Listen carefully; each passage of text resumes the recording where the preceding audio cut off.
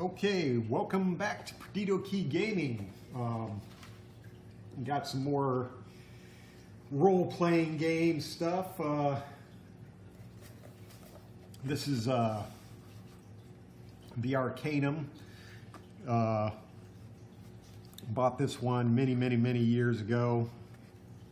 I thought it was some sort of supplement for D&D. Actually, I didn't realize that. I picked it up to see if it was some sort of supplement type thing like that, and it turned out it was another role-playing game. So 1984, Joe Bauza, the artist, but Stephen Michael Secchi and Bernie Taylor created this game. It's definitely a D&D knockoff, based in the antediluvian world, Atlantis and things like that. So it is on Earth, and you're playing in places like that existed when the continents were all not all together and everything like that. But same thing, attribute based. Got races. Some of them, pretty much are different than D&D itself. So, you had your northern giants, Andaman type animal humanoids, Druis, which apparently is some sort of dark elf guy. You got your elves, you got your dwarves, you got your humans, you got your barbarian types, nethermen. And the professions are, a big number of professions to work with.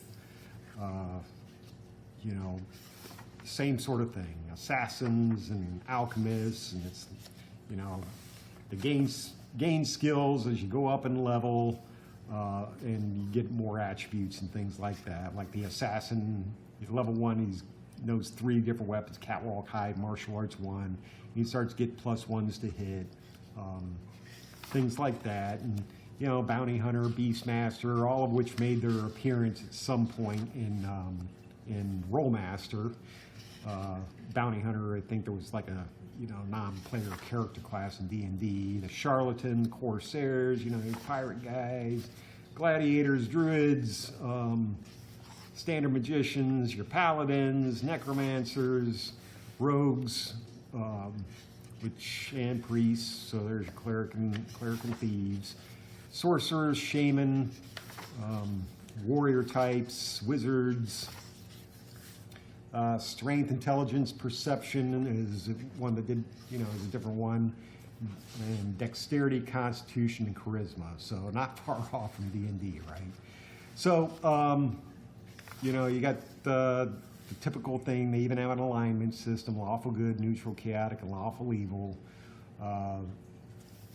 Experience points, you can have 2 classes, but you go up slower. Skill base, you have your skills, and you gotta basically roll a certain number to see if the skill goes off as well as possible.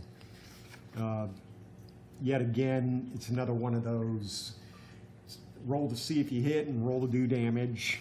In this case, the roll to hit is, I think 11 or above was the hit,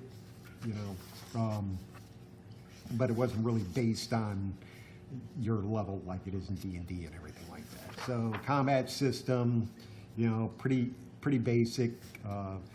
Defensive tactics: you can dodge, you can evade, you can do parries, and try to keep from getting hit. Use your shield.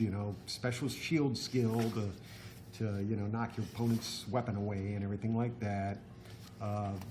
Big thing on spells. There's different kinds of magic: astrology, black, divine, elemental, enchantment, high magic, low magic, and mysticism. So each witch has their own stack of spells, which yet again are broken up into 7 levels, depending on the power.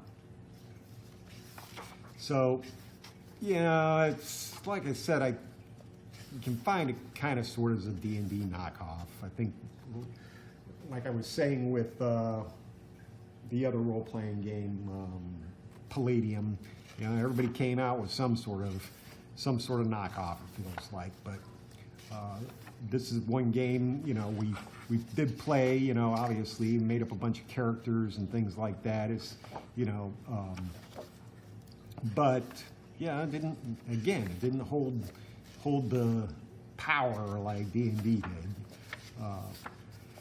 But there's you know, like Palladium, there's a whole bunch of scripts and things like that, and your alchemist makes his potions and filters and powders and elixirs and venoms and narcotics and alchemical dust, and creates weapons and things like that. And so I suppose, you know, it's like I always think in some of the other games, you know, you should have two characters. One's the adventuring guy, and one is the guy back at the farm, you know, making stuff and then requiring the other people to pay him off to give them the magic items. Kind of fun, you know. But yeah, then you got, you know, minor magic items, greater magic items, you know, as just like a hint, you know, of course. For the games master to figure out what else to give you guys, and things like that. The section on you know, a little section on herbs and weapons and, you know, drinking intoxication rules and things like that. There was some, I believe there was some adventures for the Arcanum, not too many. There were a couple of supplements, especially one for monsters. They had their own monster manual called, I think they call it Bestiary or something like that. Yeah, basically that's it for the Arcanum. I mean, it's a, you know, it can be used as a supplement, you know, for D&D or other role-playing game systems and stuff. I mean, obviously, some games like some games have a really complex magic item creation thing, so you could just pull the rules from here and use that, you know, as your rules. You know, I know Rollmaster, it seems it's kind of complex, but it's not too hard to understand, but it's kind of complex. And you just pull this one. Same thing, D&D. You can pull these rules to use in D&D for, you know, any number of things. I mean, you can use a spell system from this. It's pretty, you know, it's pretty basic, so it's not really, you know, anything complex. Anyway, yeah, that's it for the Arcanum. Please let me know what you think in the comments section. Please hit like, subscribe. Let me know how things are going, and you know, we'll be back with some more Perdido Key Gaming in the near term.